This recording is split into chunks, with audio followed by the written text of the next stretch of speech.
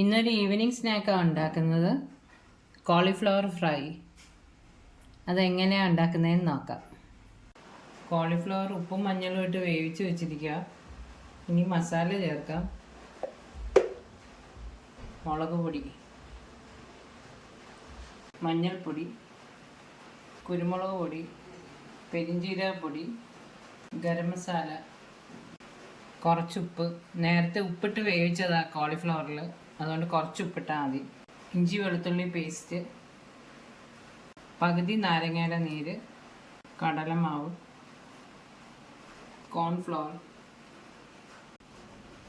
അരിപ്പൊടി.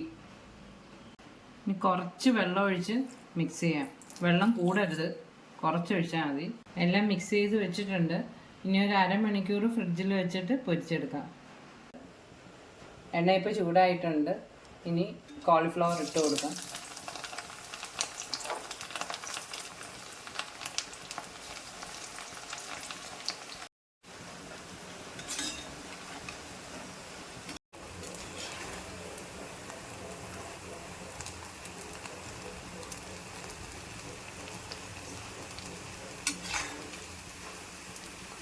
കോളിഫ്ലവർ വറുത്ത് കോരി ആ എണ്ണയിലോട്ട് കുറച്ച് വെളുത്തുള്ളി ഇട്ട് കൊടുക്കാം. വെളുത്തുള്ളി ഒന്ന് ചതച്ചതാ. 2 പച്ചമുളക് ഇട്ട് കൊടുക്കാം.